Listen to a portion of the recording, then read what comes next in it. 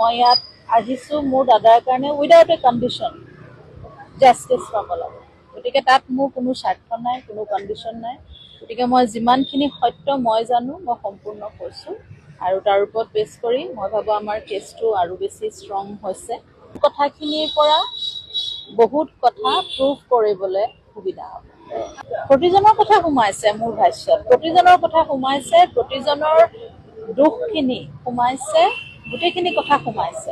মই ভাবোঁ গোটেইখিনি কথা সুন্দৰকৈ সোমাইছে আৰু মই ইয়াত আহিছোঁ মোৰ দাদাৰ কাৰণে উইদাউট এ কণ্ডিশ্যন জাষ্টিছ পাব লাগে। গতিকে তাত মোৰ কোনো স্বাৰ্থ নাই, কোনো কণ্ডিশ্যন নাই।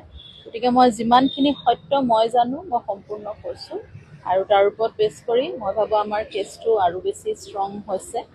আৰু চাওঁ আকৌ বাকীকেইদিন আকৌ ক্ৰছ এক্সামিনেশ্যন কৰিবলৈ আছে মোক, সেইখিনি হোৱা নাই তাতকৈ এতিয়ালৈকে। চ' মই মানে ক্লিয়াৰ যে আমাৰ কেছটো ষ্ট্ৰঙে হৈছে মোৰ সাক্ষ্যদানৰ পিছত আৰু বিচাৰিম। ইয়াতে ইমান সুন্দৰকৈ আমাৰ হৈ আছে, আমাৰ ন্যায়ালয়ৰ ওপৰত সম্পূৰ্ণ আস্থা আছে তেওঁলোকৰ, কাৰণ ন্যায়ালয় সকলোৰে ওপৰত তেওঁলোকে ইয়াত কৰিছে। গতিকে আমি সম্পূৰ্ণ আস্থা ৰাখিছোঁ। আমি ইয়াতে হোৱাটো বিচাৰিছোঁ। এতিয়া সিদ্ধাৰ্থে কি বিচাৰিছে, শান্তনু মহন্তই কি বিচাৰিছে সেইবিলাক আমাৰ ওপৰত মেটাৰ নকৰে।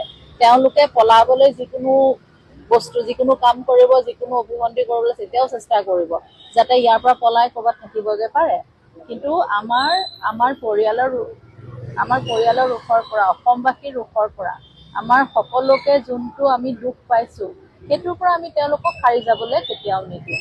ক'ব লাগে যিমানখিনি আমি গম পাইছোঁ আগতে বা এতিয়া, সেই গোটেই সত্যখিনি সোমাই গৈছে মোৰ ভাষ্যটোত। এতিয়া মই মানে কিছুমান বাধ্যবাধকতা আছে যে আপোনালোকক মই খোলাকৈ ক'ব নোৱাৰিম কথাখিনি, কিন্তু মোৰ কথাখিনিৰ পৰা বহুত কথা প্ৰুভ কৰিবলৈ সুবিধা হ'ব।